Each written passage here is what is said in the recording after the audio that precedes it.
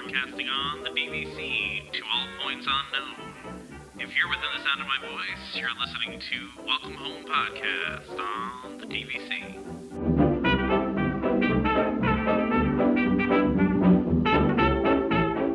Hello and welcome home. Thank you for joining us on episode 48 of Welcome Home, a Disney Parks and Vacation Club podcast.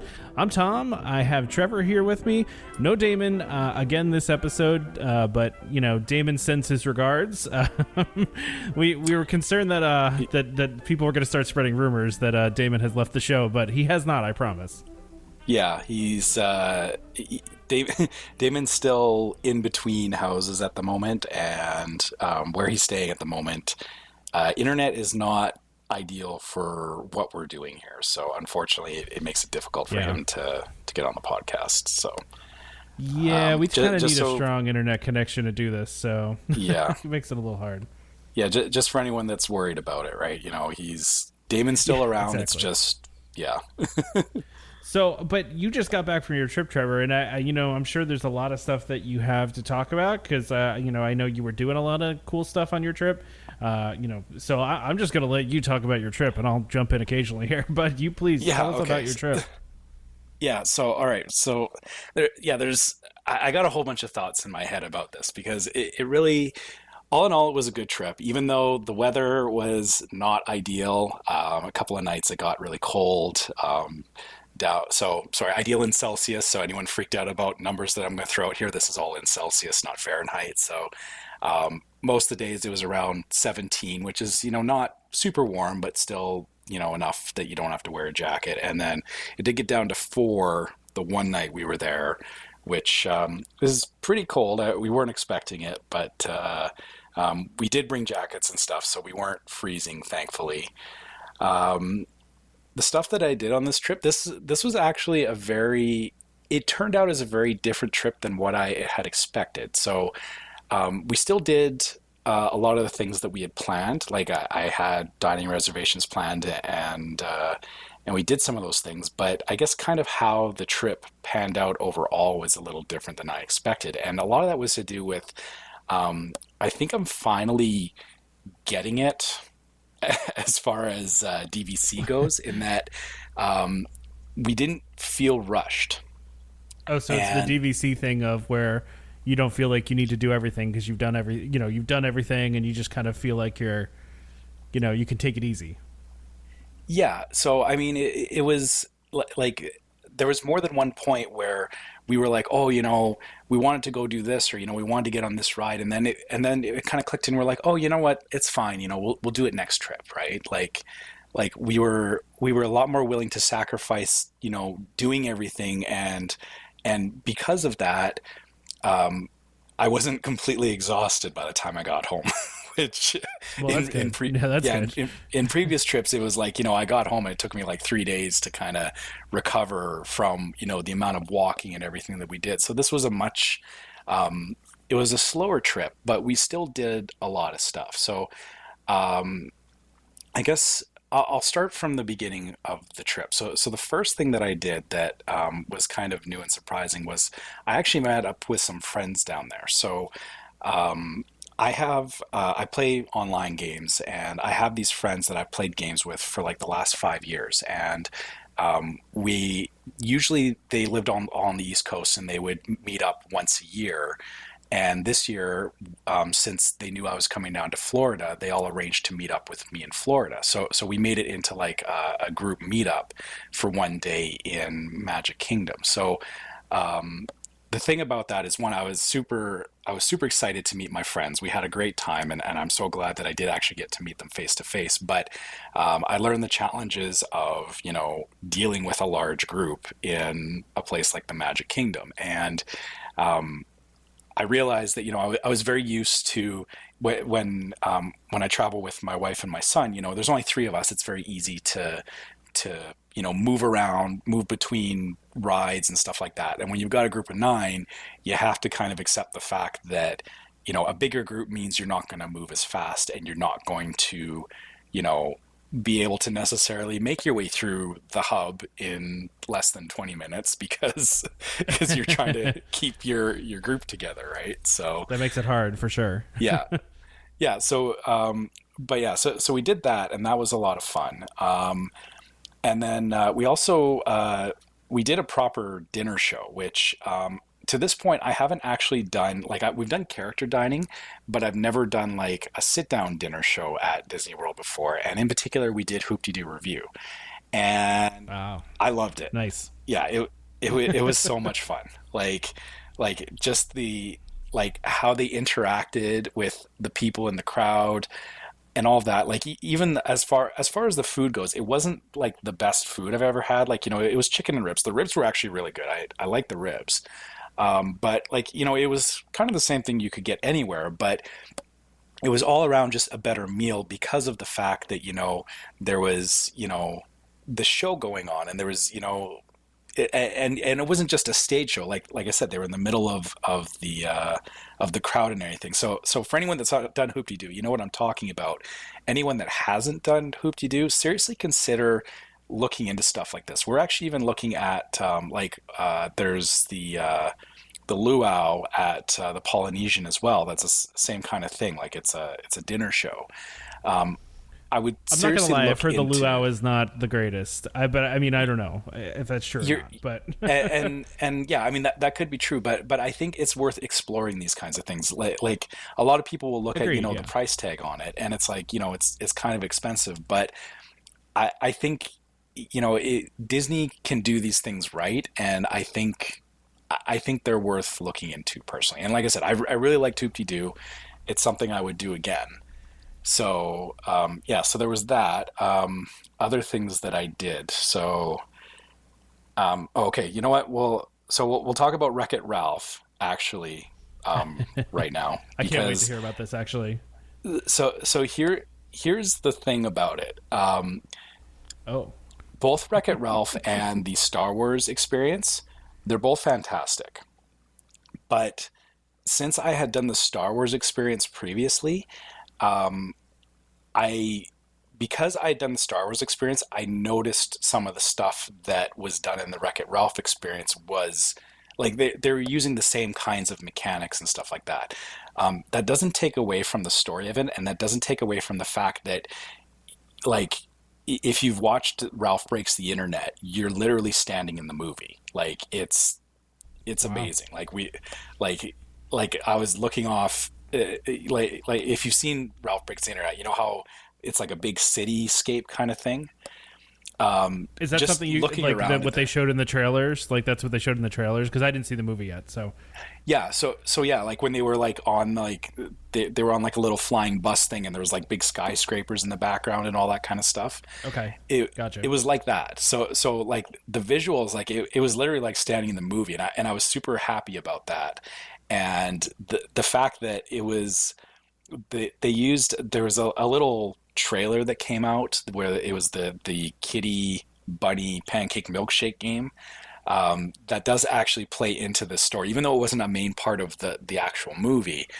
The way they worked it into the story in the game was a lot of fun. And the other thing that I actually liked about the Wreck-It Ralph experience over the Star Wars one is that since it's Wreck-It Ralph, you're actually playing a game, and you actually have a scoreboard. So everybody who's playing that experience, you're actually kind of competing against each other. Like the Star Wars one felt a lot more cooperative. Like you're all on a team, and you're making your way through this thing.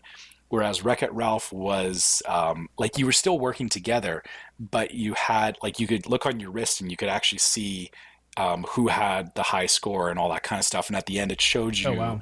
a scoreboard, which personally I like that because, like I said, as a gamer, I like seeing that like a result of the stuff that I was doing. Like it was a tangible result of the work that I had done inside of this experience translated to my son had one score, I had a score, and yeah, it was fun. But like I said, the only thing that I would take away from it is that, and again, this is me as an IT guy and as a gamer, I could see the spots where they had borrowed the same techniques that they used in the Star Wars one. So from the standpoint of it being a unique VR experience, it wasn't as unique as you would think it is in the space of these two VR experiences. They actually play very similar. It is the only way I can describe it without getting too spoilery about it.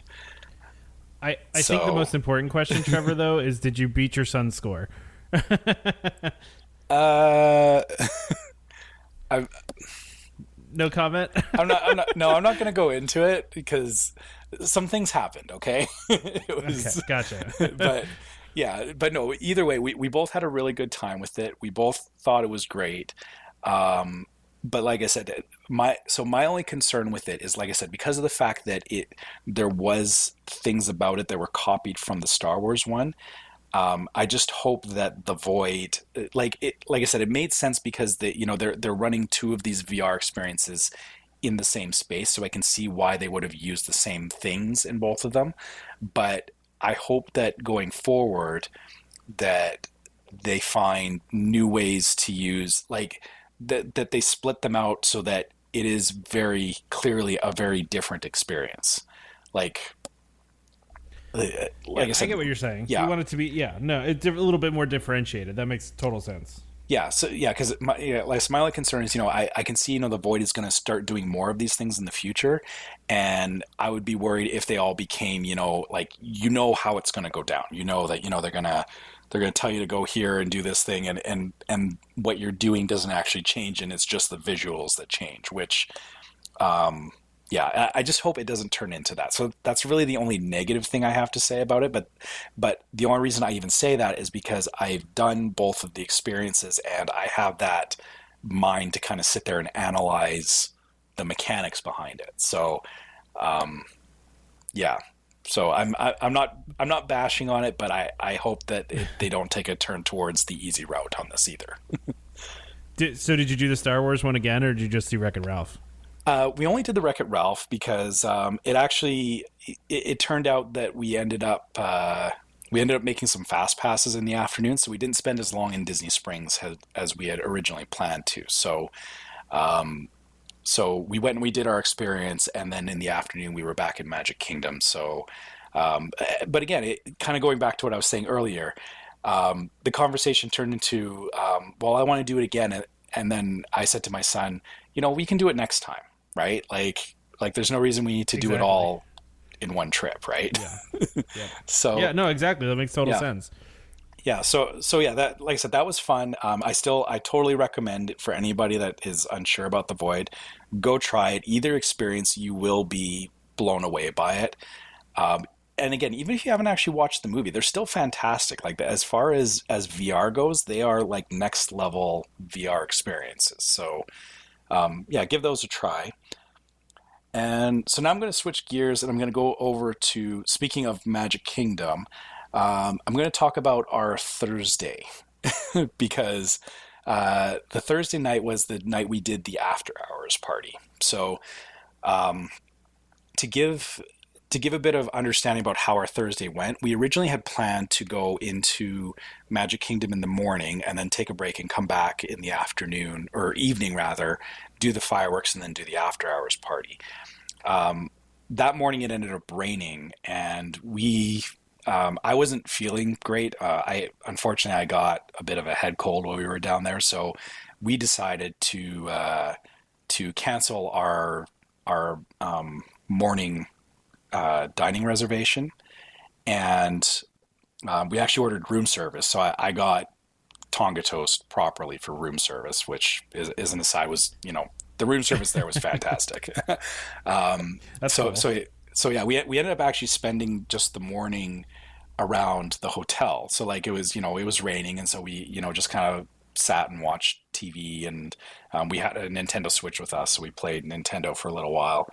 And then in the afternoon, it ended up being that we didn't actually get going to the parks until about 5:00. And so we got over to the park. We watched the fireworks. So we did the dessert party, which once again, I've actually had I've had people ask about the dessert party. Is it worth it? The plaza viewing is still absolutely worth the money.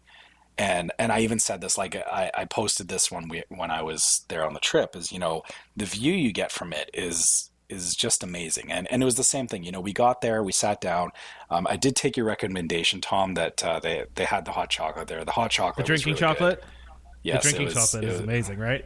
It was delicious. And then, so we had a warm drink because it was a little cool that evening. And then we went over and we watched the fireworks. And then it worked out really nice because we watched the fireworks and the park closed right as the fireworks finished.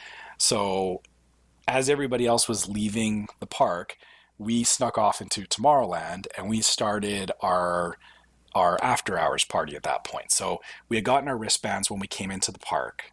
Because when you do an after hours party, you have to have a wristband or they don't let you on any rides. And so it was kind of funny because there were still people that were trying to get onto the rides after the fireworks. And we walked up and there was actually a group of people there. And the cast member was like, no, if you don't have a wristband, you can't get on. And they were like, what do you mean we can't get on? I've got my magic band. And they were like, no, this is a separate thing. And so they were that kind makes of you feel really like a VIP, right? I mean, that makes that was it. It was really like VIP. Yeah, so we just kind of flashed the wristband, and then we got on Space Mountain twice in 10 minutes. So, wow. Yeah, let that sink in for a moment. We did both tracks in 10 minutes. Like that right there was like worth the price of admission. And yeah, so then we just started from Tomorrowland. And we went all the way around the park. So this is one thing with the after hours party. You don't realize how quickly the time goes by. And this was something that kind of surprised us. Was by the time, and to be fair, we could have not done the fireworks and we would have had more time because the fireworks, takes 20 or 25 minutes. So that did cost us some time in the party. But even if you're not doing that, like we started off in Tomorrowland, and we made our way into Fantasyland. We got on Seven Dwarfs Mine Train. We did, like all the big roller coasters. We hit up everything in between, like all the Small World and Haunted Mansion, everything. And yeah, it was literally just hopping from ride to ride to ride, and it was so satisfying because you would get on the ride, and first of all, just walking onto some of these rides, you forget what it's like. Like I've had days where, it's quiet enough that you get walk on, but I guess like on this trip, the comparison from on Sunday, because when we were there on Sunday with our friends, it was also a long weekend. And so there was more people in the park than usual. So we got that holiday really, weekend, yeah. Yeah, so we got that really great contrast between, here's what the park looks like when, it's an hour to get on Pirates of the Caribbean.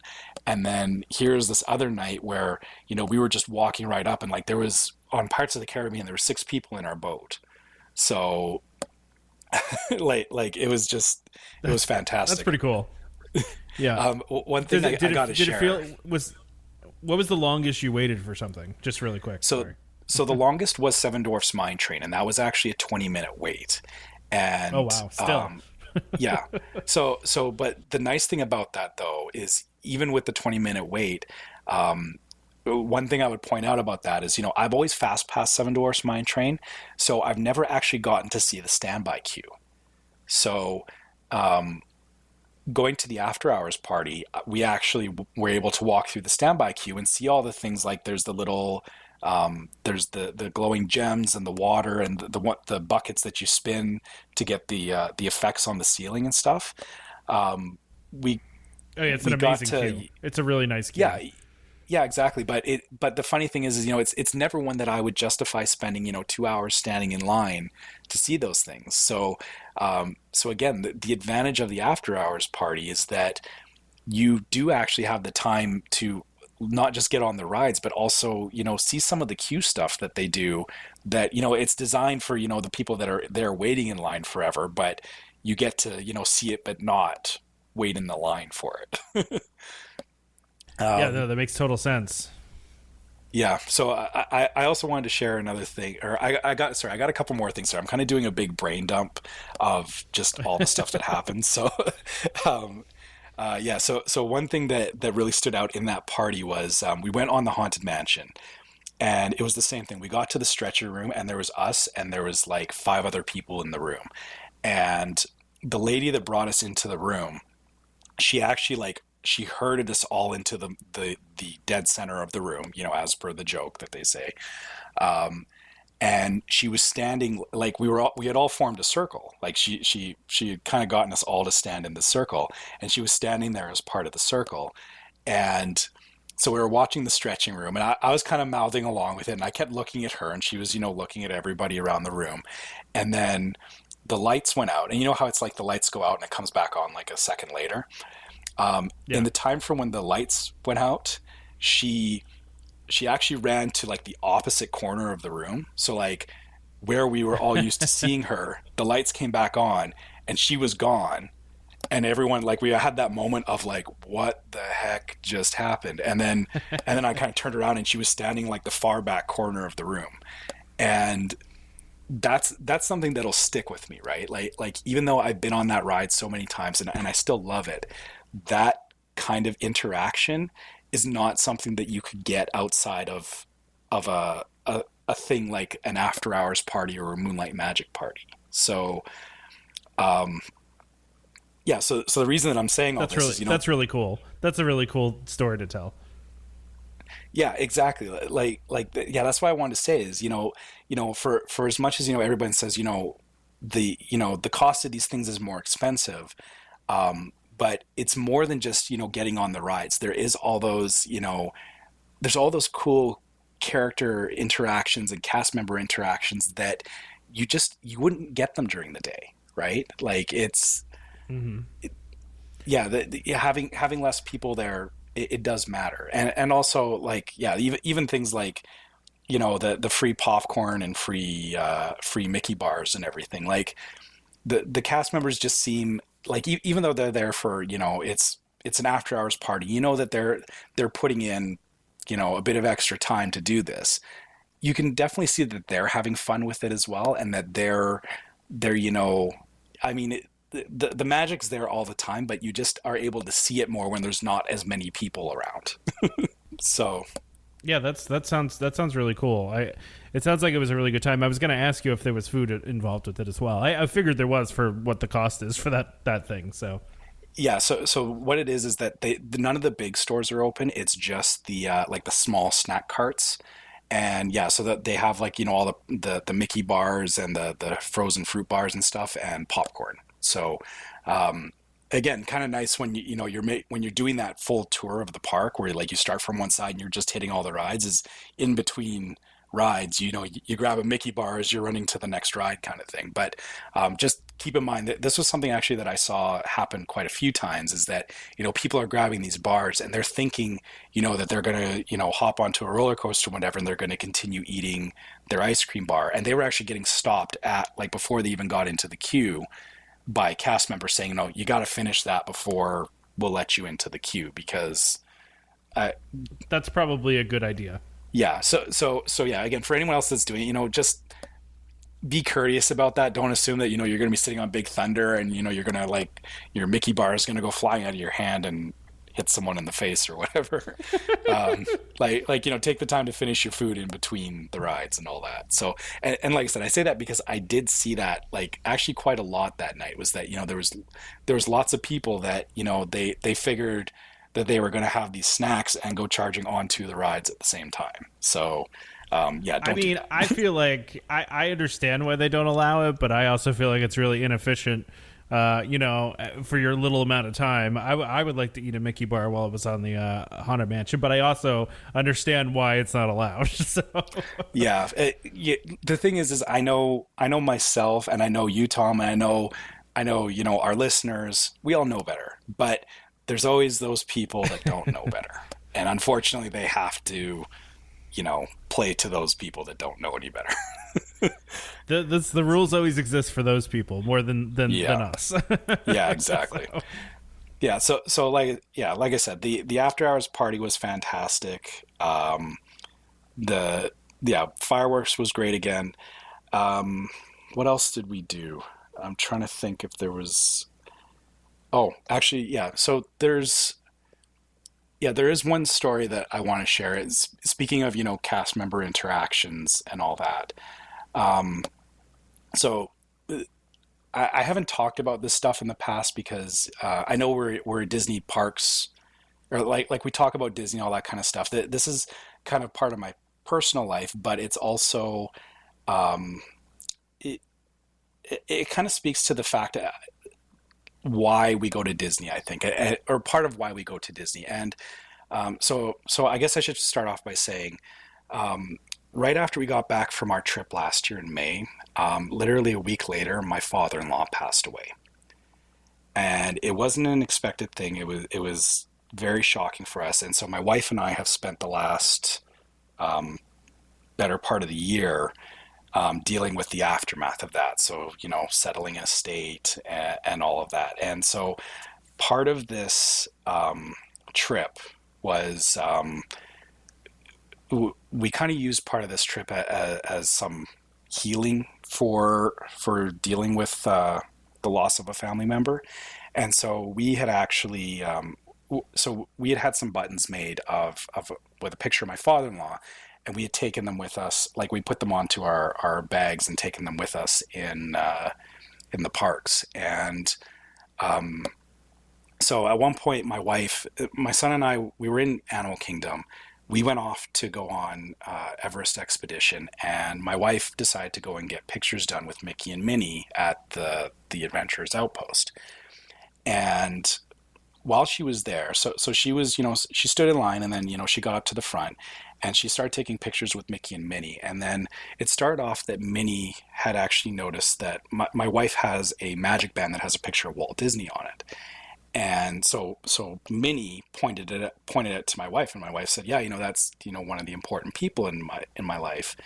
And then the photographer asked, well, why is that? And so my wife explained what happened with my father-in-law passing away, and she said to, everybody in the room, um, there was a lot of nights where she wasn't sleeping, and part of her way of dealing with that was we would watch the Mickey Mouse cartoons. So we have a bunch of different cartoons, and so she used those to kind of help her get through this hard time in her life. And so she explained this to Mickey and to Minnie and everything, and they gave her like the biggest hugs ever. They did like so many pictures with her, and the thing is that like she said to them, she said to Mickey and to Minnie, if it wasn't for Walt and if it wasn't for you, you guys don't realize how much you help people and how much you know make the world a better place. And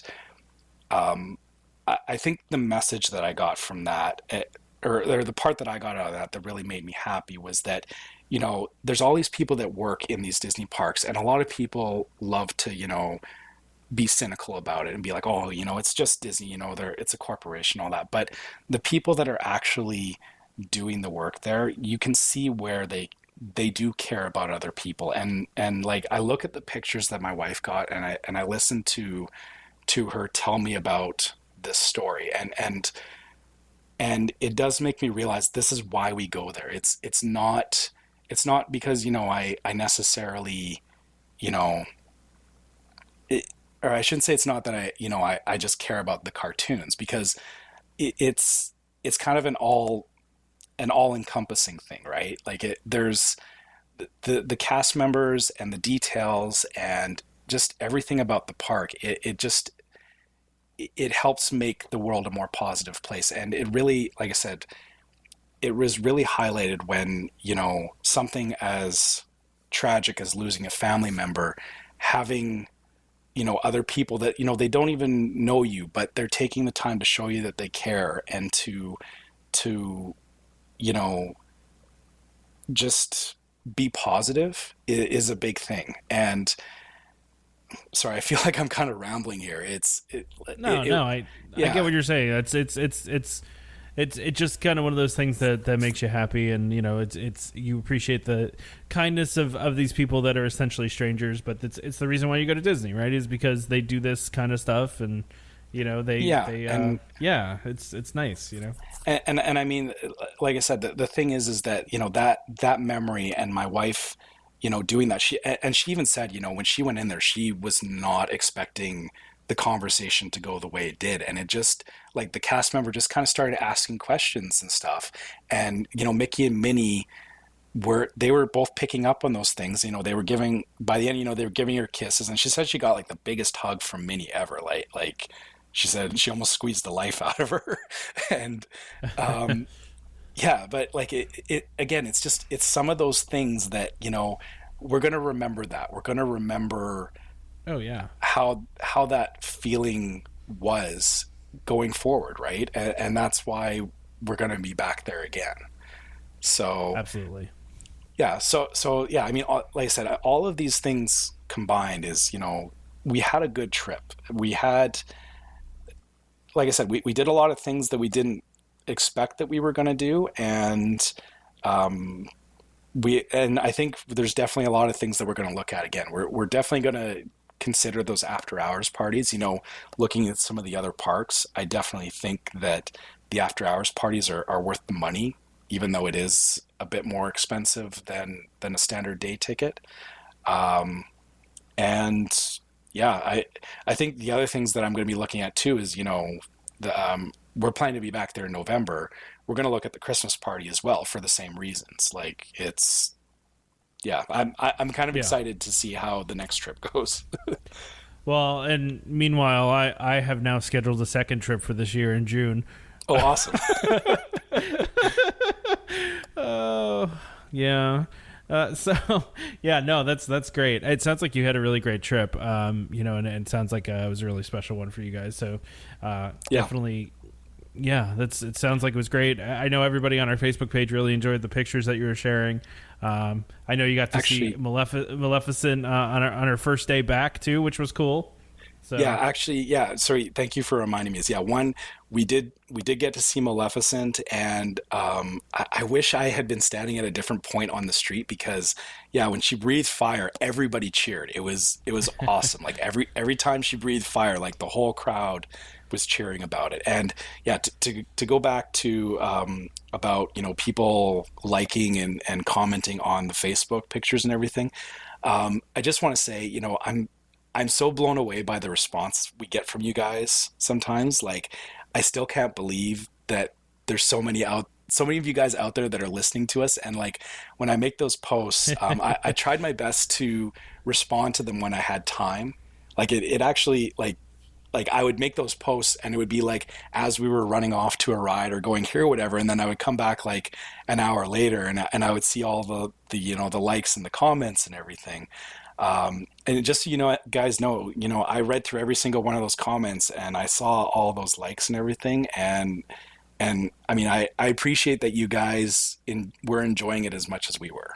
So thank you to all the listeners for that kind of stuff. We have a very engaged audience, and I appreciate. I love when we get emails from you guys and messages on Facebook, and we don't always respond right away because we get a lot of them. So, but we respond to every single one of them. We never don't respond. I mean, and not to do a double negative, but there's never a time that we don't respond. So we will respond to your message if it's a week later, or we try to do it as quick as we can. But we appreciate it. So we just appreciate the fact that anybody listens to this. We're almost 2 years in now, believe it or not. And the amount of people that listen to the show it blows us away every single day. So we just can't believe it. So anyway, great trip. Right, we spent quite a lot of time talking about that. But let's get into some actual DVC news. Yeah, so of course, right after the last episode came out, they started booking for the Riviera, and I know we've been talking a lot of Riviera on the show, and people might be tired of it, but a couple of our episodes ago, we did our reckless speculation or was it reckless or rampant? I don't remember what we called it. I think it was rampant. Rampant. Yeah, I think it was rampant. And one of the things we talked about was the tower section of Riviera, and there was some rumors that it was going to be some weird rooms in there. Well, now we know. And basically what these are, if you haven't seen them yet, and if you're part of the DVC, community on Facebook, this has been posted a bajillion times, but one of the room categories is there's a new room category to DVC called the Tower Studio, and this is a specific room that only sleeps 2 people. Okay, and these are in that tower that we were talking about. So we were actually kind of right about this. I think we were saying that they were going to put these weird studios in there, and basically it's for 2 people, specifically for 2 people. It's the bed is in the wall, so the bed you can see there's a little couch there, and then the bed actually folds down from the wall. So it's not a sofa bed; it's a full size bed. Oh, not full size, but it's a queen bed that pulls down from the wall. It's a Murphy bed, is what the term is. Yeah, Murphy bed. Yep. Yeah, the technical term, Murphy bed. There's a kitchenette and drawers in the wall too that are hidden there.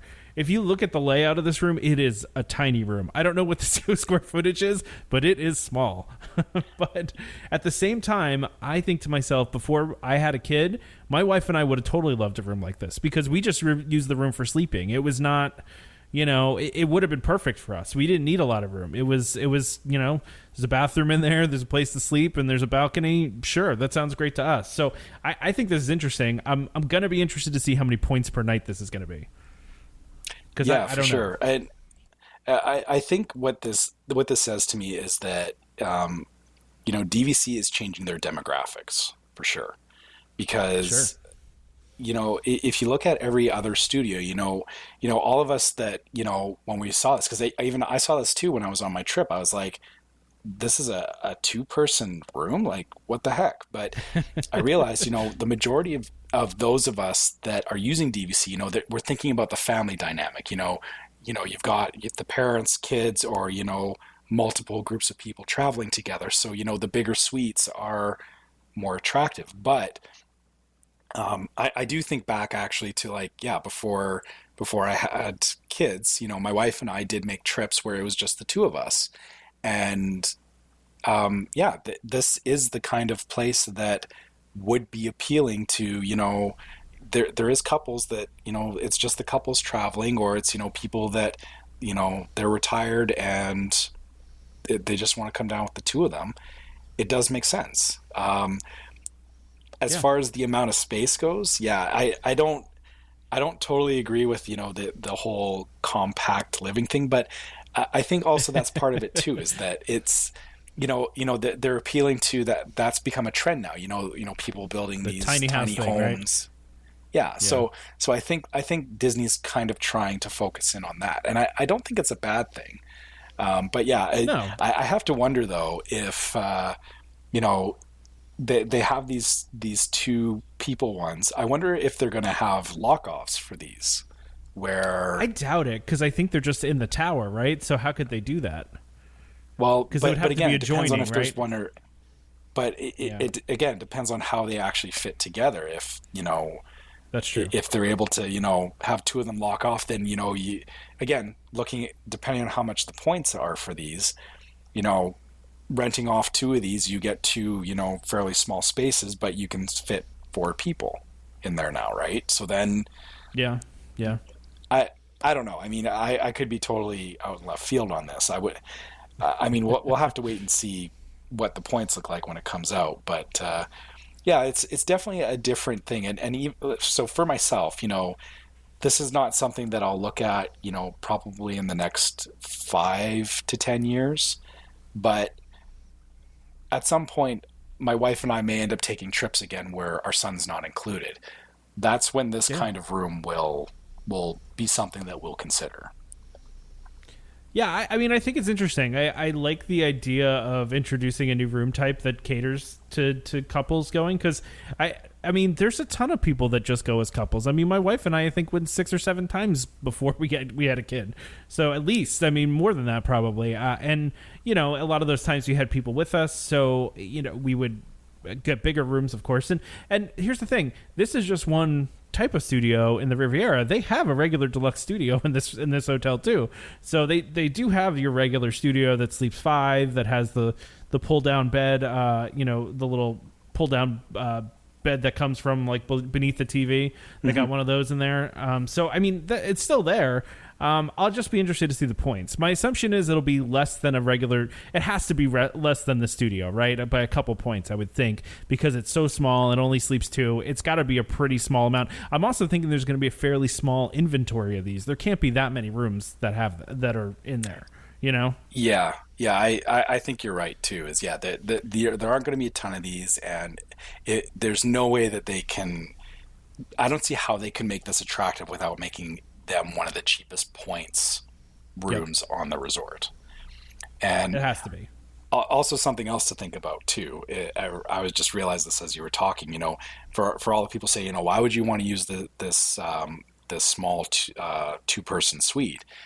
For all those couples that are wanting to go down, if there is these suites available for these couples, that means that they're not booking the larger studios that are in such high demand. So even though it's not the kind of room that you necessarily want, it's not a bad thing, because it means that other people aren't fighting for the same type of room that you want, because there's another room type that fits what they want to do.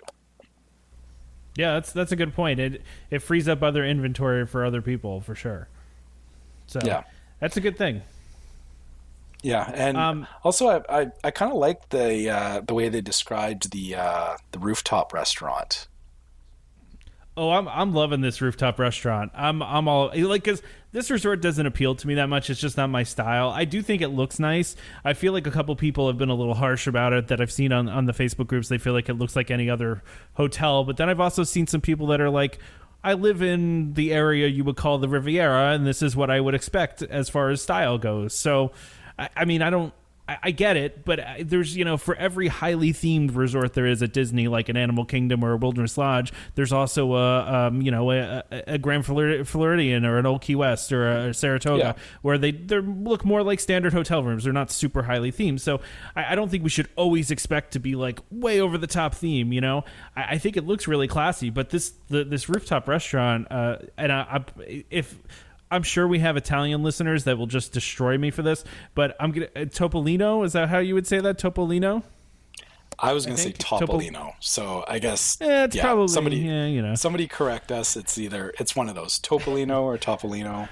We should have asked Ziggy. Ziggy's Italian. He's our buddy. He probably would have told us. But but Topolino's Terrace is the rooftop restaurant, and Topolino is apparently the name is actually what Italians call Mickey Mouse, which I think is cool that they did that. Yeah, I think that's perfect. And yeah. Yeah, and the other thing too about this is that I didn't even really think about this, but it's between Epcot and Hollywood Studios, which means you can watch both the Epcot, so Illuminations or whatever, the ones coming after Illuminations, and you can watch the Hollywood Studios fireworks. You get both of them. Yeah. So it's pretty cool. It looks like a really nice restaurant too. I do think it's interesting. They're saying it's going to be character dining, but I'm wondering if that's maybe just breakfast, because this looks way too fancy to have a dinner with characters. I don't know. I could be wrong, but I could see that. I could see it going down kind of the same way Ohana has.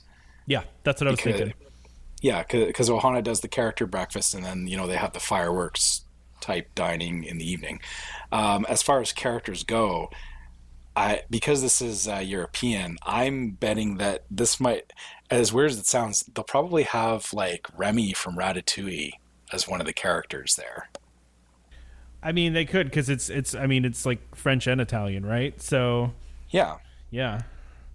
I was thinking they have to have Mickey Mouse there, right? Because it is named after Mickey Mouse.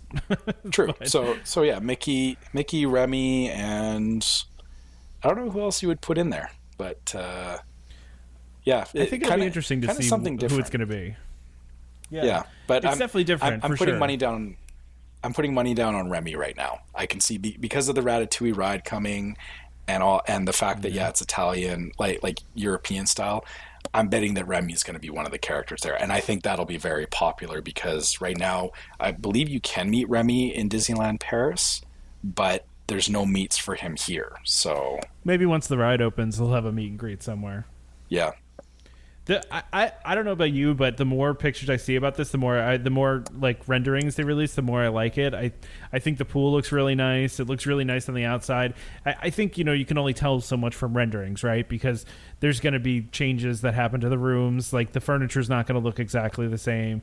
It's going to be slightly different, but I think it looks nice. I I wouldn't buy into it just because of the resale restrictions, but and it's also just not kind of my style, but I would definitely stay there, and I 100% will eat at that restaurant. Like, that's gonna happen for sure. So, I mean, because I'm a big fan of rooftop restaurants, and this one with the views that it looks like it has. I mean, it's all windows up on the top floor, and we'll post these renderings to Facebook if you haven't seen them. But really, really nice. So I like it, and I like the idea of the tower studio. I think it's cool. So yeah, I'm definitely more willing to explore this as a place that I would stay now that we can see it a little bit better, right? So yeah, I kind of wish we had Damon on, because I know Damon was a while ago was interested. He really was digging this resort and was thinking, and I would like to see, now that we see more, kind of what Damon's thoughts are on it. But we'll eventually, when Damon comes back on again, we'll have to ask him. So yeah, for anything sure. else you want to say about anything else you want to say about that before we move on to the next thing? No, I'm just waiting to see points on it. That's my big thing right now. Yeah. I want to see how much those tower ones are. I'm interested. It's got to be less than 10 points a night, right? It's got to be. I mean, you think so? Maybe. I don't know. Maybe 10. Maybe 10 itself. I mean, because you look at some of the I don't want to say lower end resorts, but if you look at like a Saratoga, I think they're usually like 13 or 12 a night for a regular studio. Yeah, I was going to say, because for a full week, it would work out to like 70 points. Like that's incredibly low. I can't see them going that low on it, but I mean, but I feel like they kind of have to, because it's so small and it only fits two people. But I guess here's the trade-off though, is that a place like Saratoga is lower points, but it's kind of away from everything else. This is also still pretty central to both Hollywood Studios and Epcot. So prime real estate. Yeah, I can see that skewing the point values a little bit too. Yeah, I think you might be right about that too. And you'll have the monorail resort premium, even though it's not a monorail. You'll have the Skyliner premium probably tacked onto that too.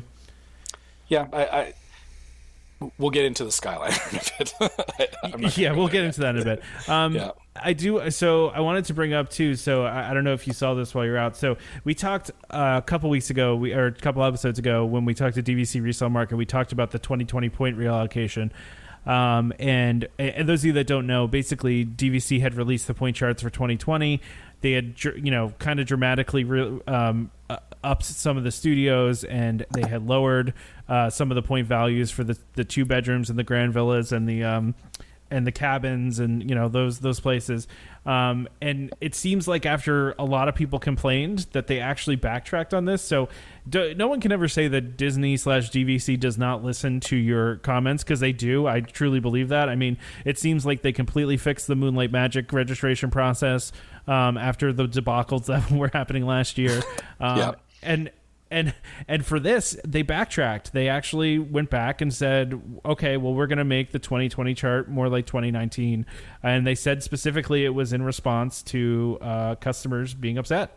So I was amazed. I can't believe they did it. And I think the thing about this is that, yeah, definitely a lot of people were upset about it. And I think the biggest problem with it is that it was such a drastic swing. And it does, people bought into contracts, thinking, this exact amount of points is going to get me through. And then, they just, totally skewed that by, forcing people past those thresholds of, this is now too many points for me to stay here. Yeah. So, I can understand people being upset. It sounds like from what they said is, they're undoing what they had done. So it's closer to the 2019 point charts, but they're going to go back and analyze it again. So I guess for everybody that's listening to this, keep in mind, again, the rules state that they can adjust point allocation as much as they want. There's nothing illegal about it. Some people were suspicious that, they had up points in some places and they didn't actually take the same amount of points away. I don't know that. I'm not, I don't have enough visibility into how those allocations work to tell exactly, how much points they have. But I wouldn't be surprised if in the future what we see is that instead of seeing a drastic point jump over a couple of years, you will see things start to shift slightly. So you'll see, things go up by a point or 2 points or whatever. And just so funny. Keep that in mind, right? Like, it's so funny you're saying that, because those were my exact same thoughts about this. I'm like, they're still going to do this. They're just going to do it slower. It's still going to happen. They're just going to do it gradually. Yeah, and the thing is that, like they said, it's all to do with demand and usage patterns. They're not going to give, if they're giving away, a suite, that, a couple of weeks of the year, it's, the lowest point value of all of them, and you have to, everybody's fighting for this one, and then the rest of the year they're not using up their points. Disney doesn't want that. They want to make sure that people are using up all of the points over the year, because they have to. I mean, that's part of it being DVC and of it being a timeshare. If people aren't using those points, then I believe they actually get some kind of penalties for that, don't they? I have no idea. Yeah, I have no idea. That's a good question. I could be wrong, but I thought there was something about timeshare rules that they, like, as far as availability went, they had to make sure that it was actually being utilized. But even at that, even if it's not breaking any rules, it's still not in their best interest to not have people staying there, right? If everybody's focused on, one part of the year, and then they've got another part of the year where like half the resort is empty, that means, all those people are not spending money there. So either way, they lose at the end of the day, right? Their goal here is they want to try and make sure there's people in there all year round. As much as we don't want to hear that as the customer, we don't want to hear that the place is full all year round. That is their goal. Like, it's a business, right? I'm not sugarcoating this for myself that I expect that, I'm going to have the Polynesian to myself for a week. I mean, oh my gosh, that would be amazing, but it's not going to happen. Well, it's not going to happen. Yeah, and that's the thing. Yeah. This is not on its face a bad change, because the idea is pushing people out of studios that can go out of studios and into some larger rooms, like a 1-bedroom or a 2-bedroom, and that frees up more studios. And everybody's always complaining about the lack of studios. Like, that's the number one complaint you always hear from DVC members: not enough studios. Studios are always booked. Studios are hard to get. So this is a basic economic thing. You raise the price of it, it should lower the demand, and that's the idea, right? So on the face, it's not a bad thing, but I understand why people got upset, because it was drastic and it looked a lot worse. It looked bad. So I get why people were upset about it, and because it seemed like Disney was like raising prices somehow, which in a way they are, but at the same time, it's how DVC works. It's you sign this in your contract. They have a responsibility really to all of us as the owners to reallocate these however often they can based on usage patterns, because they want to fill this inventory up as much as they can, and that's a good thing for all of us. We want to have more availability, right? That's the idea. And so if there's a whole bunch of 2 bedrooms and 3 bedrooms sitting empty, that is not good for us, and it's not good for DVC. So I think that's the idea.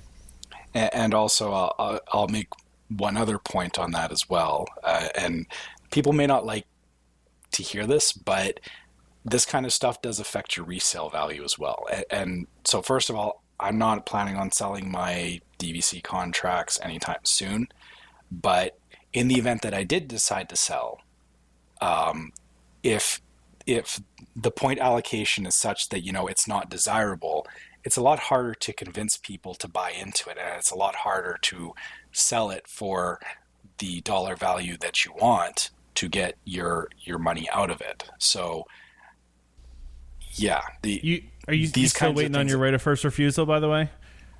I am, actually. So it's I'm really hoping that it comes through soon. I will let you guys know when it does. Don't worry. I will let everybody know when it comes through. But so far we actually sorted all that out before we went on our trip, and so it's just the waiting game right now. So yeah, which is the worst, right? Yeah, but yeah. So like I said, for everyone that's saying Disney is just trying to squeeze more out of us, is, well, yeah. I mean, when they're a company, of course they want our money, but they're trying to do it in such a way that they get the most amount of people in there, right? So yep.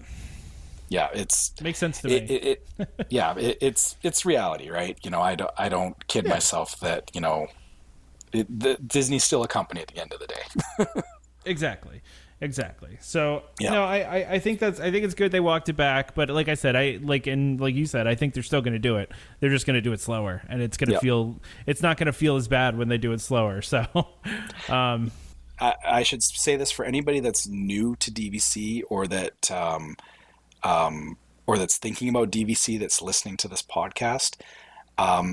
Don't buy points based on exact numbers that you see for renting a room. So like if you say, I'm going to stay here for 4 days and it's going to cost me 75 points to stay for these 4 days, and all I'm going to buy is 75 points, don't do that to yourself. No, bad idea.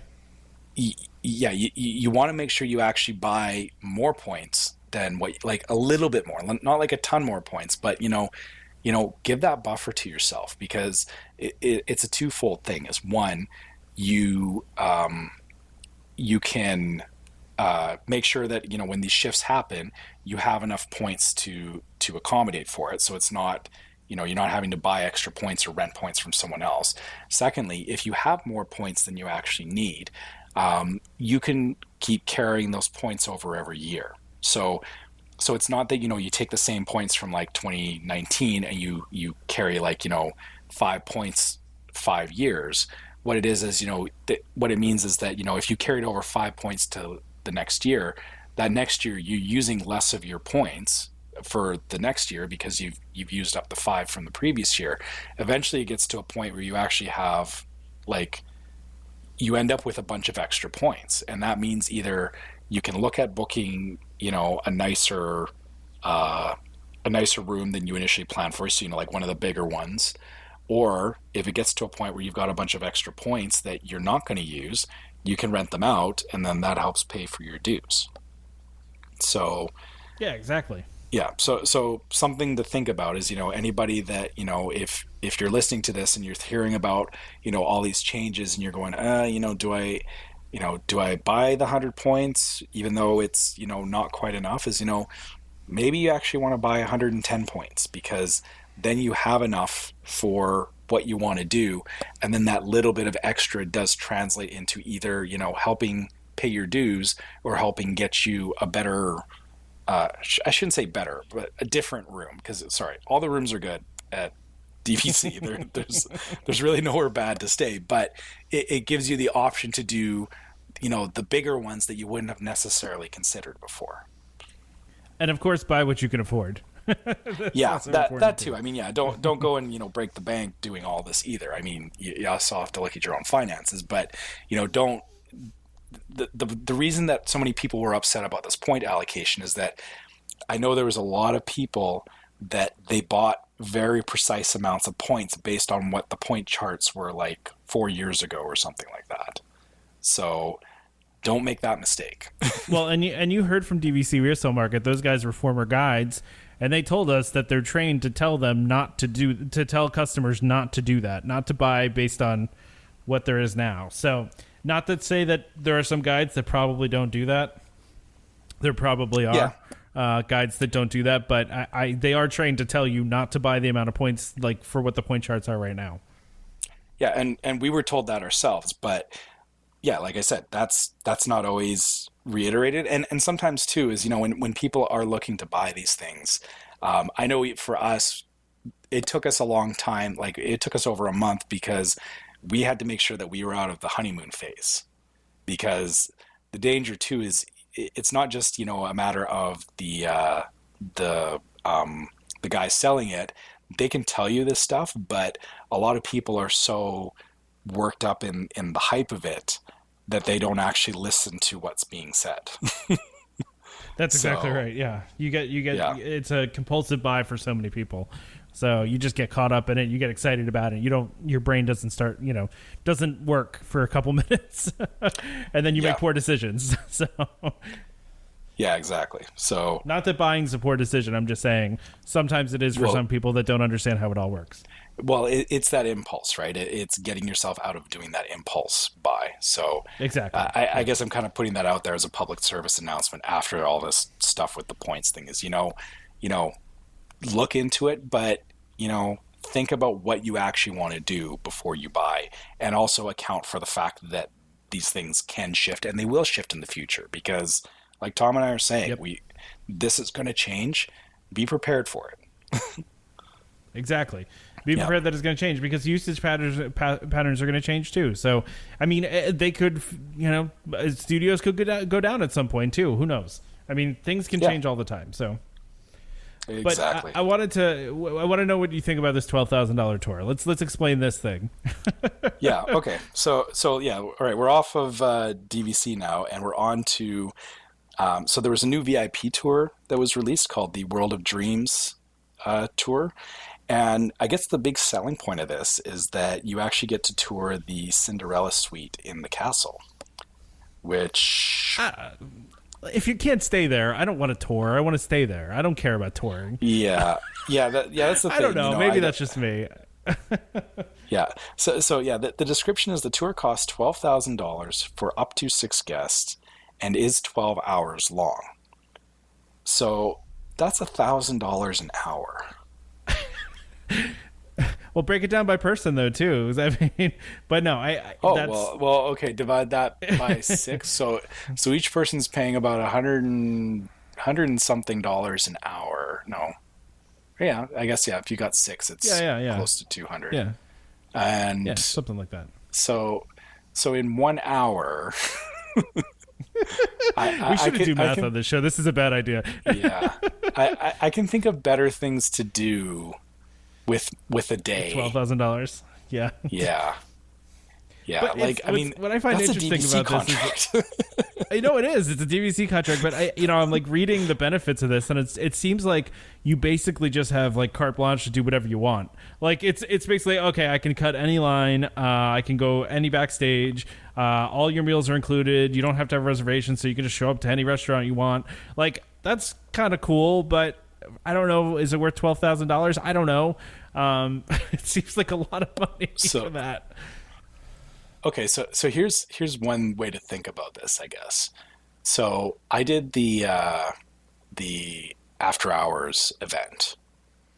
If you had 12 hours and you were going to hit, the 4 parks, so 3 hours in each park, which is about the same as an after hours event, but you were going to do them all in one day. That's what this would be. Is you do all the rides. You're stopping for meals, wherever you want to go. And then, you get the tour in there too, which is a bit of a bonus, but yeah, it's still kind of a hard one to swallow. Yeah. Yeah. I mean, there's no way, like, I think about it's like, 12 hours, bang out 4 parks, hit every single ride in there in 12 hours. I would be exhausted. Like, that's not how I would want to use a tour like this. Well, and if I spent that kind of money too, like I'm the type of person that I really want to get my money's worth, which is why my next trip with my daughter is going to be hard because we're going to be taking breaks during the day for nap time and stuff like that. And I'm like the open to close guy because I want to squeeze every dollar out of what I paid, so for me, if we were doing this for 12 hours, they'd be like, we're not stopping to eat. What are you talking about? We're going. We're going to get on Big Thunder 12 times. It's kind of crazy.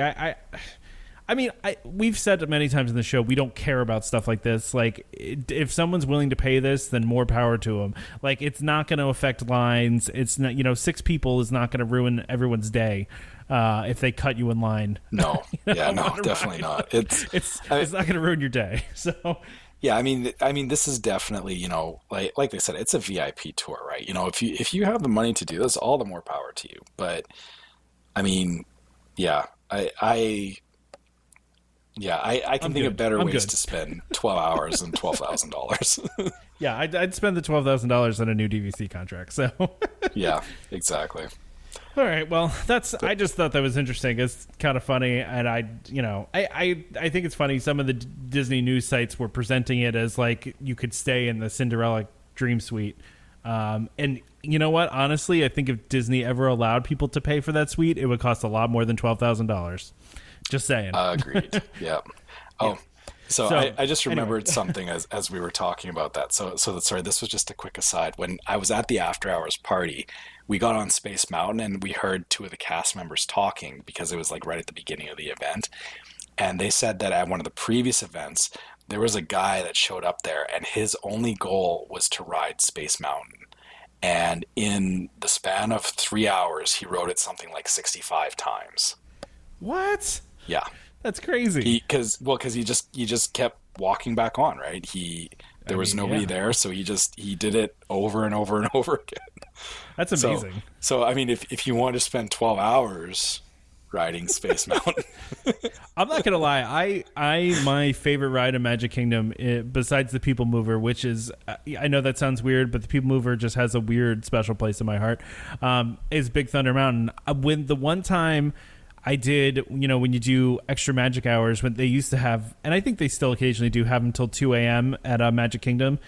And one of my friends that was with us, we went on Big Thunder, I don't know, 4 or 5 times. I would probably just do that all night. I love that ride, especially at night. It's a blast at night. Oh, yeah. So, yeah. So I just would keep doing that. And I mean, we were with some other, all the other crowds that were there were like going crazy and cheering, and it was a lot of fun. So I don't know. That's probably what I would do, but that's pretty funny that guy did that. That's amazing. Yeah. So. I mean, yeah, I thought that was awesome. But so I guess I want to know how the conversation goes the day when you tell your wife you want to spend $12,000 to ride Big Thunder for half a day. That's yeah. Oh my gosh, I mean, can you imagine that? Just make sure you have your phone up and you're ready to take the picture of that key moment of the look on her face when she goes, seriously? I guess if you have $12,000 to waste on something like that, and maybe it's not waste, but to use on something like that, I don't know. I maybe your wife wouldn't look at you that way. Yeah, well, I would still get the look. My wife would be like, why? Yeah, why? Why? Yeah. So while you were there, they were started testing the Skyliner. I know you posted a video of that, but they I don't know if you saw this on Disney Parks blog, but they put out a video actually, like a behind the scenes. Yeah, which I'm super psyched about this. I know not everybody is, but I know you and I are pretty psyched for it. The thing I thought that was interesting is when they originally announced this, they only announced like a couple characters that were going to be on these, and then they in this video they announced all the characters that are going to be on these different gondolas. So we're talking like originally it was like Mickey Mouse, Minnie Mouse, Pluto, Chip and Dale. Now they're doing Beauty and the Beast, Frozen, Lilo and Stitch, Moana, Peter Pan, Princess and the Frog, Ralph Breaks the Internet, Snow White and Seven Dwarfs, Zootopia, Coco, Goofy, Pete, Horace, Clarabelle Cow, Finding Dory, Haunted Mansion, Monsters Inc., Pirates of the Caribbean, Ratatouille, and Star Wars. So basically everything they own is going to be on these things. And out of everything you listed there, the one that surprises me the most is Horace Horsecollar and Clarabelle Cow. Really? Yeah, because a lot of kids don't know that one, maybe? Yeah, they're not really very prominent right now. Like, I mean, my kid knows who they are and all that, but you don't see them on a lot of merch right now. So it is kind of surprising. And I'm actually curious how they're going to update them. Because oh yeah, true. Because they've done the same for all the other characters, right? Like they've got the new Mickey Mouse and all that. I wonder if Horace and Clarabelle are going to get some of that treatment. That will be interesting to see if they do that. Yeah. I just thought it was interesting. They all of a sudden were like, "Oh, we have all this IP. Why don't we put them on? Put everything on these things." Well, that's good because that says that there's going to be a lot of gondolas, right? Oh yeah, there's a ton of gondolas. Yeah, it's a crazy amount of gondolas. And I just saw a video today of them doing even more testing. I saw they've got some gondolas out on the line, not the final ones. They have some test ones out on the line, and they're slowly moving them through. So I was saying to Trevor that I'm going to get a gondola expert on this show. We're going to interview a gondola expert just because there are so many people online that are so negative about this thing. And I need everyone to understand how great this is going to be. So I'm going to get a gondola expert on this show.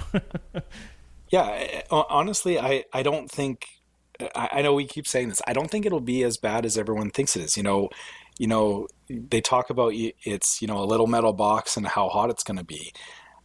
I I don't know. I mean, I've ridden high speed gondolas before, and like in the middle of July, like in hot seasons, and yeah, it's so fast. I don't think you'll have time to notice, even if it is warm in there. Like it'll be It's not no a long different trip. than it'll be no different than walking around in the parks. Like you Yep. get on, but then I think just because of the amount of distance that they're going to travel, I think that will outweigh any negatives that come with, yeah, it's a bit warm in there in like the dead middle of July in a heat wave. Like, Yeah, and I mean they're huge vents on them. There's going to be passive ventilation that comes from underneath. You're going to be moving a lot faster than you think you're going to be doing. Because the video I saw today or yesterday, they were moving pretty slow, but that's because they're testing them. These things can move pretty fast, and it's a pretty short trip. And I mean, you're going to get a nice breeze. You're 30 feet off the ground or whatever, however tall, so you're not going to be getting that heat that's coming off the asphalt. It's gonna be better than people think it's gonna be. I'm excited for them, and I hope people give them a chance, because I think if you give them a chance, you'll see it's not as bad as you have in your mind that it's gonna be. So, but I just thought that this was cool. The nerd in me, which is most of me, was really enjoying the behind the scenes video of them showing the stations and then moving the different gondolas through and everything. So I'm just hoping this is open by the time I go in October, which if they're testing it now, I feel like it's got to be open by October, right? I feel that they want to have this open before summer. Like it makes sense to me that they would want to have it open for the busiest time of the year, right? Well, I think the only thing holding them back at this point is a lot of the stations are not done yet. So they're still doing a lot of work to the stations, and I don't think they have all the gondola cars yet either. I think they just started getting them. So and they said fall, but I don't know. I just don't see how, based on the progress they made, I feel like that's going to open early. Yeah, I think, the thing about it is they can, it may be that it's running at a limited capacity to begin with, because, yeah, they can keep adding cars on as they go, right? Like the whole idea is that the cars can come on and off. So, yeah, maybe that it starts off with a limited number or not as fast as everyone is expecting, but yeah, I can see them doing like a soft opening and then ramping up to proper speed. And I think the thing is, I think the reason that you and I are so excited about this is that I'm hopeful that if this is successful enough, that it leads to more of it. And my main reasoning for that is that, if kind of what the monorail was supposed to be is, this alternative means of getting between places that, you don't have to wait for a bus, you don't have to fight with traffic, and it's, it's direct, it's fast, convenient, and all that. I'm hoping that this will lead into more of that. Like if they find that, the Skyliner is successful, that all of a sudden they build this network of gondolas between all the different parks that, you can get from, most hotels to, I would love to, for them to do one from like Magic Kingdom area to Hollywood Studios or to Animal Kingdom. Like, give us that network of, I don't have to get in a car or get on a bus for anything. That would be cool. My dream from this. Yeah. I think that's probably Disney's dream too, because the buses are expensive. You need humans to operate them, that have special licenses. And I don't know if people realize that there is a bus driver shortage. Disney's offering huge bonuses to people to be bus drivers because they can't find enough bus drivers. Yep. And so, and that's the thing too. I think people don't realize about this. Regardless of whether you use it or not, it's going to benefit you, because any amount of people that ride this thing are going to be taking stress off of the bus system. That's really what's going to help here. It's the same thing the monorail does. It takes stress off the bus system, and it gives the bus system more capacity, and it gives the obviously people an alternate way to travel. So it's going to be good for everyone, whether you ride it or not. Yeah. So yeah, let's remain positive about it. And I just, like I said, I'm also too, a lot of people are dismissing it before they even know what it is. So yeah, I think I just really want to see how it actually pans out. And, and I'll say this too, if we're wrong, I'll be more than happy to say, sure, fine. They didn't think it out. They didn't, they didn't account for all the variables, and they're going to see the pain of it. But I do hope that this is successful. So I just don't think that Disney would spend millions, probably. I mean, I don't know how much they spent on this, but I mean, tens of millions, $100 million on something that guests aren't going to use. I think that's the big thing for me, is I really think that they did think this through quite detailed, and I don't think the air issue is going to be as bad as some people think. It's funny to me that nobody ever complains about it just walking around, or on the People Mover, or on the old the old Skyway. No one complained about it then, that thing didn't have air conditioning. I think everybody just assumes that you're like completely closed in on this thing and there's just no airflow coming through whatsoever. But the truth is, there will be a lot of air coming through, so it's not going to be nearly as bad as people think. And I'm excited for people to see that and try it out and really get a good idea what it's going to be like. So I think we've kind of we made this point about the gondolas so many times. I think everyone knows. Yeah, I know. Knows our stance. They know where we stand on this one. Yeah, exactly.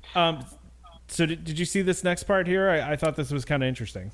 So I didn't see this until you put it on the list for today.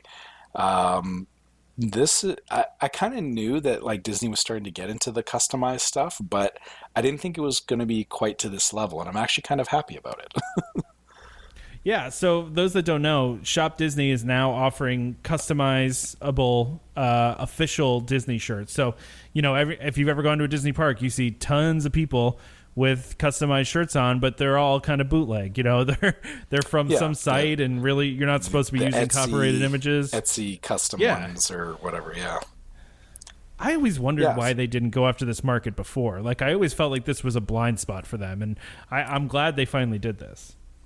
I think it might have to do with, doing this kind of thing means you have to have a very flexible, t-shirt or shirt producing provider. So, I mean, The thing you got to keep in mind with any of these things is that 9 times out of 10, it's not Disney doing it directly. Like they're not going to set up a whole shop just to do the stuff. They'll usually try to outsource it where they can. So I'm thinking it's more, it's more that they were trying to find the right people to do it the way that they want. Right. And I mean, I'm glad that they did, right? I'm glad that they're doing this because I'm a sucker for, getting shirts off of Redbubble or whatever that are, different. Like, I think this is the thing is, everybody, you can buy the shirt in the park, but I know for me personally, it's like, I find a really cool shirt and I've done this before. Like I found, what was it? When I was in Disneyland, I found a Space Mountain shirt. And I was all excited about it. I was like, oh, this shirt is so cool. And I put it on. And then as I was walking around, I saw like 20 other people wearing the exact same shirt. And part of you is, you're excited about it. Like, because it's like, yeah, that person, they like the same thing I do. But then there's also the part of, seeing 20 people all dressed the same. It's like, it kind of takes away from that uniqueness, right? It takes away from like, it's not just my shirt because cool.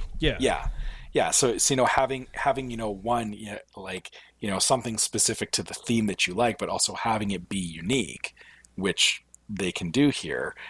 That's what people want, and that's what I've always wanted, is that I don't want to necessarily buy the one off the shelf. I want the one that I can put my name on it, or I can put something, like I can redesign it so that it doesn't look like anybody else's, and that I can say this is my shirt or this is my style when I'm walking through the park. So I think this is great. I'm planning on doing customized shirts for my October trip.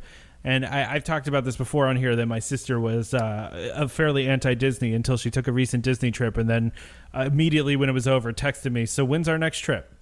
So Yep. yeah, and so I've been texting her like the most audacious Disney shirts, because she won't wear ears even. She's not feeling like the shirts. So I'm gonna make some shirts that she has to wear. So I'm gonna try to find the most ridiculous Disney thing that she needs to wear. So this is a service I may be using before the year is out here. So Yeah, they got like I think the Mickey Mouse Club one is kind of cool. Like it looks like the Mickey Mouse some really Club cool gear emblem in there. You got some options for sure. Yeah, and you don't have to be bootleg anymore, so that's that's good. You don't have to just steal the Walt Disney Company's property. Yep. So, me personally, I'd rather go legit than going through like a. And this is no offense to people that do this. I think there's a lot of really cool shirts out there that I've seen, but I think it's cool to have the official ones and be able to put your name on it and have it look really cool. So. Yeah, and even cool. some of the reprint ones, like I know when I buy them online, the big picture online looks good, but then when they put it on the shirt, it sometimes doesn't like it. It looks like grainy around the edges and stuff like that. So it helps eliminate that. So. Yeah, and you've got the backing of Disney with this too, right? So the other ones you don't know what you're going to get because you're ordering it from Etsy, or maybe that shirt fades out or falls apart within a week. At least you get this. With this, you have the customer service of Disney, and you have the ability to go back to them and get whatever fix if you need to get a fix. So yeah, that's another good point. Yeah. So since Damon's not here, let's talk some Disneyland stuff. Yes. Yeah, I'd be interested to see what you Stardust. think. Yeah, Project Stardust. This is kind of cool, I think. I don't know. Do you want to go over this one, Trevor? Yeah, for sure. So right now, Sleeping Beauty Castle is undergoing some refurbishment, which I know I've seen. People were upset about it because they want to get pictures, but there's scrim up all around Sleeping Beauty's castle. So part of the reason they were doing this was to prepare for the opening of Galaxy's Edge. In addition to that, there's a number of other enhancements that they're going to do around the Disneyland Resort. So let's see if it says here. Enhancements range from overall beautification of the theme park to maximizing guest comfort and access. So I know one of the things that they highlighted is that there's going to be more seating in places. So you're not forced to be on your feet nearly as much. I agree with this. I don't think there's enough benches around the parks. They're also going to be redoing the curbs on Main Street. So right now the curbs are very sharp, and I've witnessed it myself. People aren't paying attention, and they don't step up onto the curb, or they don't realize that there's a step down off the curb, and so they trip and they take kick a the header curb and fall. Yeah. So yeah, they're going to do that. They've already replaced the horse-drawn streetcar track. Fantasyland has had the guest queues reconfigured for the Matterhorn bobsleds, Small World, and Dumbo. I've seen some videos of this. So the Matterhorn, for anyone that hasn't been to Disneyland, the old queues were they were built in the 1960s, and they were narrow. It was so crazy difficult to get people in there, and the actual amount of space that the funny thing is that before they did this redesign, they had a bunch of little switchbacks right in front where the cars are, and then past that they actually had to install just a chain, and it went all the way around the Matterhorn to where the lagoon for Nemo's Undersea Adventure, it wrapped all the way around the mountain to the backside towards Tomorrowland. The equivalent of that in Disney World is if you were in line for Seven Dwarfs Mine Train, if the line for that wrapped all the way around to where the teacups are. It was ridiculous, and which it does sometimes, by the way. I've seen it like that in the morning. Yeah, but the thing is that they expanded out the queue space so that there's actually more space to have people in that queue area, and they made it look like it actually makes sense now, because I think when all of those areas were designed, it it was in the 60s, and they didn't think that there was going to be 20,000 people in that space. So yeah, that I think that's great. Also, in addition to that, so again, going back to all the things that they're doing, so they're moving the locations of planters, they're moving vending carts to make additional walking space and more efficient stroller areas. And so yeah, basically, like, Disneyland is a lot more compact than Disney World, and honestly, even I kind of hope that they do this same kind of thing at Disney World at some point, because there are some spots where, like, they're don't get me wrong, they're really good at managing stroller parking and whatnot, but there's still a few places where it's just ridiculous. Like, it's just crazy bottlenecks, right? So yeah, the one I can think of the most is right in front of Peter Pan and Small World, right there. Yes. They always have a cast member there directing people to stay to the right or to the left. Or I guess it's always to the right. So, but yeah, exactly. So yeah, I'm glad that they're thinking about this stuff in Disneyland, because that tells me, they're doing it there obviously as part of a larger project.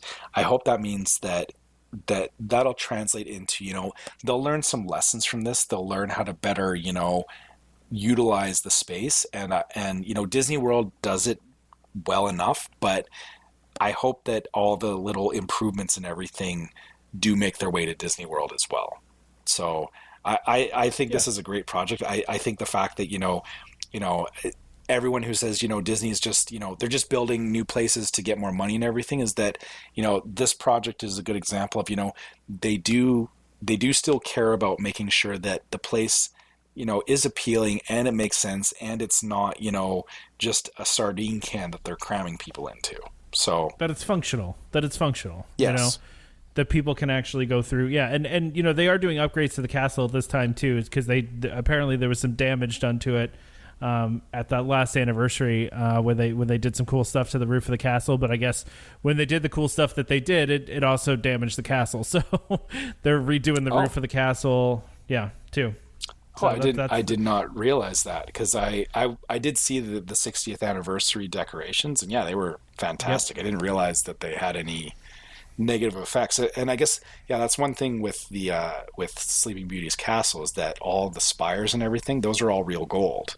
So I guess if they scratched any of that up, then yeah, that's not good. That's what I had read, and I don't know if that's true or not, but from what I've read, that's part of it too, is they're fixing the roof for sure. That they've filed permits for that, and that's why they have all this, why it's all covered up now. But there was damage done during the Diamond Celebration, and so that now they have to fix that damage a couple years later here. So yeah, so it's which stinks, but I'm glad they're fixing it. So yeah, all in all, it's good that it's positive. Actually, sorry, I actually want to move on to this rumor right now too, if we can do that. I was just because this is the last thing we have, and we're only calling this a rumor because Disney hasn't announced it, but I've seen several publications put this out there. So I not just one. I've seen a couple different publications put it out. So I'm feeling pretty confident that it's true. But let's call it a rumor until Disney officially announces it, or whether they do or not, or whether we just notice it. Do you want to talk about it, Trevor? Yeah. So me too. So. Yeah, what it is that now when you've made FastPass reservations, if you have a room reservation with Disney and you cancel that room reservation, they will also cancel your FastPass reservations. Thank goodness. So I had no idea this was a loophole, by the way, that people were exploiting. Well, here's the thing is I didn't think about it until I read this, but it totally makes sense. So what people were doing is they would reserve a room, like a Disney on-property room, so that they would get that 60-day window. And the thing is that if you canceled that room before 30 days, then you would lose your FastPass. So from 60 to 30 days, if you canceled that room reservation, then your FastPasses would go away because it was no longer valid. However, past that 30-day point, so within 30 days of the trip, if you canceled your room reservation, you would still keep the FastPasses. So what people were doing is that they would book a room, like just a room anywhere on Disney property at 60 days. And then after 30 days, they would cancel it and they would go book something off property. And so then they would still get the 60-day booking window, which the awful thing about that is that, they're taking up fast passes for those of us that are staying on site. Like, they're also taking up room inventory too that people could have been booking too, which is Yeah, that's the other thing too, is, they cancel that trip at 30 days and, there's a chance that somebody else will book that room at 30 days, but still, it means that, again, it just makes it that much harder for the rest of us because they never intended to use that room in the first place. So, again, people that are looking to book those rooms further out, they're not able to get them. So yeah, this is a great change. I had no idea that this was a loophole though. And maybe I'm just not in on the FastPass loopholes because I want to follow the rules of things and not do shady stuff. But I had no idea that this was a thing until I read this. Yeah, my wife said the same thing. I was like, it makes sense. Like when I thought about it, I'm like, yeah, that is one way you could, game the system. And then my wife was like, but you're not that kind of person, so you wouldn't have thought of that. And I'm like, yeah, exactly. That's true. Exactly. Yeah. Like I would rather, work within the limits of the system. And I mean, obviously, there's ways that you can, work it to your benefit, but this is, very clearly, they're doing this stuff with the intent of, they don't want to give Disney their money at the end of the day, but they want to get the fast passes, which, I don't think that's very nice. No, and for me, like I work the FastPass system. I get at least 7-8 FastPasses every day, but I do it within the guidelines of the rules. I do it based on how the system is set up. Oh, yeah. not the shady way. It's like I just, I schedule all of my fast passes as early as possible. As soon as the third one's done, I find another one that's as soon as possible and then do that for the whole day. And you can end up with a lot of fast passes if you do it that way. But that's within the rules of the system. I'm not doing anything wrong there. I'm just taking advantage of how the system is set up. So, and if you talk to somebody that works for Disney, they'd tell you can absolutely do that. They're not trying to stop that. But yeah, and I think this is a good thing change. Also, yeah, this plays into like for anyone that's saying, well, working the FastPass system, you're kind of doing the same thing. This is also like, this is a user experience thing, and this also plays into, some of these people that are making these fast passes, they're not even necessarily staying there. Like I think this also plays back into these third party tour guides that they call themselves, where somebody pays them. So they're making this is the other side of it, is that there's people out there that they figured out they're booking all these reservations because they just have to get a credit card deposit or whatever and then cancel it at 30 days, but they're booking up all these FastPass reservations that they're then selling to other people as I'll get you the VIP treatment, so I'll get you all of your fast passes and you can pay me to do that. And then they're the ones, pocketing the money. So, yeah. I've seen, by the way, I've seen quite a few people. Then this kind of just got out there right before we recorded this. So, I've seen a couple DVC groups where people are reacting. Well, how is this going to affect wait lists? I don't think it affects wait lists at all. Based on what I've seen, because, and I believe when a wait list comes through, it's a modification of your reservation. So it's not a cancel and a rebook. It's a modification. And I think it even keeps the same reservation number. I don't even think it changes. So I don't think that this is an issue for wait list things coming through. I don't think Disney would set it up that way, especially when you can get wait lists all the way up until 7 days before your arrival. Yeah. And also I feel like, again, with the way the system is set up, if you're changing property, like if you're deciding, you want to stay at one resort instead of another, but you're still staying on Disney property, I'm pretty sure that they would account for that, because again, they don't want to alienate the people that, they're just staying on property, because it's no trade-off, right? They're not gaining or losing anything on the FastPass system by changing within the system.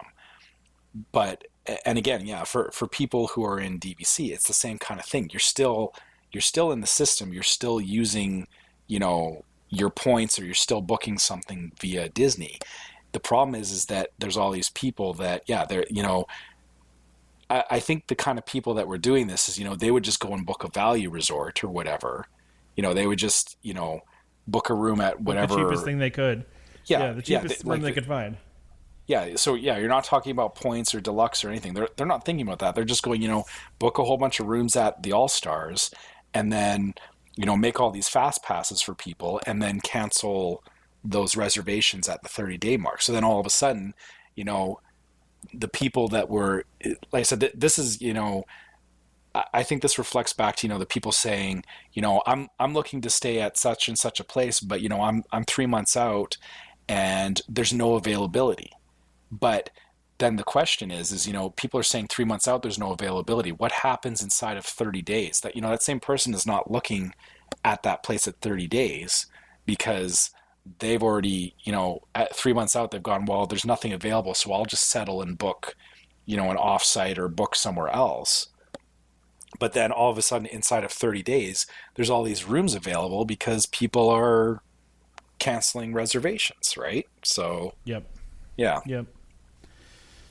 Well, I think it's a good change. I'm glad they're doing this. They've been really trying hard to close a lot of loopholes with fast passes and everything else, and I think it's a good thing. So yeah, and again, like I said, that comes down to that this all revolves around user experience, right? Exactly. For those of us, booking fast passes, if everybody's complaining that you can't get a fast pass because all the people that are following the rules are not getting any availability because the people who are exploiting these loopholes are sucking up all the fast passes. Disney doesn't want that. So if you're somebody who's listening to this and you were making use of this loophole, I try not to be rude, but sorry, I don't feel bad for you. That's about as rude as Canadians get right there, right? So I try not to be like that, but I don't really have any sympathy for people that try and play these angles because I don't feel there's any need for it. It's a lot of really underhanded stuff that just makes it bad for everybody, right? Like it makes it a bad experience all around. So don't do that. It's always the people that abuse the system that make things worse for the people that don't, right? Yeah. That's all this. There's so many things that end up happening. Like, I mean, just talking about the system they used to have for folks with disabilities, right? That system was working fine, but then people started abusing it. And then as soon as people started abusing it, Disney had to restrict it. And that stinks. Like, it shouldn't be that way because those folks should be able to get on those rides, when they can. And so it's this kind of stuff that drives you nuts because it's like, you're just making this worse for everybody else. You're making everything more restrictive and, making everything more difficult. So yeah, I think we've talked quite a lot today, Trevor. You have something else to say? Sorry, I was going to say one last thing on that is, the other thing to think about is, if people keep trying to find these angles enough, Disney may eventually hit a point where they just say, no, this is a paid service now. Just to, That's what happens, right? Yeah. So I mean, that's what happened. That's what happened with the box fee. It used to be people would just ship food to the resorts all the time, and it was fine. And then so many people did it that it was like, okay, well now we got to charge $5 for it because it's becoming an actual problem. You know what I mean? It's stuff like that, and not that anybody was doing anything wrong by doing that. I've done it, but it's like you said, it's when those things really start happening. Sometimes they make it a paid service, and they have to change things. So. Yeah, hopefully it doesn't go that way with fast passes, but I hope not too. I can't see them charging for fast passes, but who knows? Things can change. So let's wrap this thing up. We've talked for a while today. I think we're good here. So you want to wrap us up here? Okay. So once again, feedback on stuff that we talked about. Just questions. Fire us an email. Let us know what you guys are doing Disney related. You can contact us at welcomehomepodcast@gmail.com. So yeah, we love getting those emails. We like we said earlier, we try our best to respond to you guys as quickly as possible. But yeah, keep them coming. You can go look at the website. I feel like, at some point we should redesign this website, but I just don't think we know quite what to do with it. So that's true. That's true. Yeah. But yeah, welcomehomepodcast.com is there if you're bored and you want to go look at it. If you want to laugh at us, or if you you can do that. Yeah, outside of that, obviously Facebook is the biggest place where we're at. So you can find us on Facebook at Welcome Home Podcast, Twitter at Welcome Home Pod, and Instagram at Welcome Home Pics. Twitter and Instagram, basically, you can follow those. So like when I was posting photos and stuff from our trip, all that stuff gets mirrored onto those sites. But really, Facebook is the best way to get a hold of us. And I think a lot of you guys know that. And yeah, we love seeing the likes, when we post pictures and stuff, I do find it funny that, I posted a picture of the lamp that I bought, and I know all you guys appreciate it. And that's why I did it is, anybody else outside of this group, if I said, I posted a picture of a lamp on Facebook and, I got a bunch of likes for it, would think I'm crazy, but I'm glad that you guys like it. I'm glad that, you guys respond to it. So, giving us those likes, comments, follow it, share it, all that kind of stuff. We love seeing that because we love seeing that you guys are enjoying it as much as we are. So keep that stuff coming on Facebook.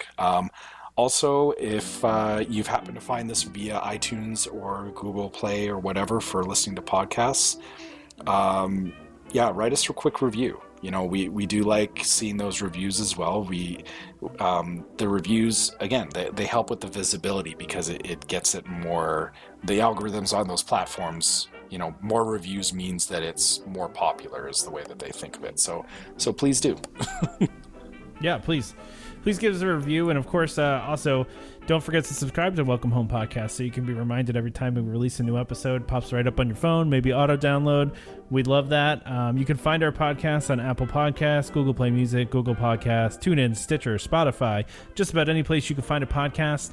You can find us. You can just search for Welcome Home, and we should pop right up.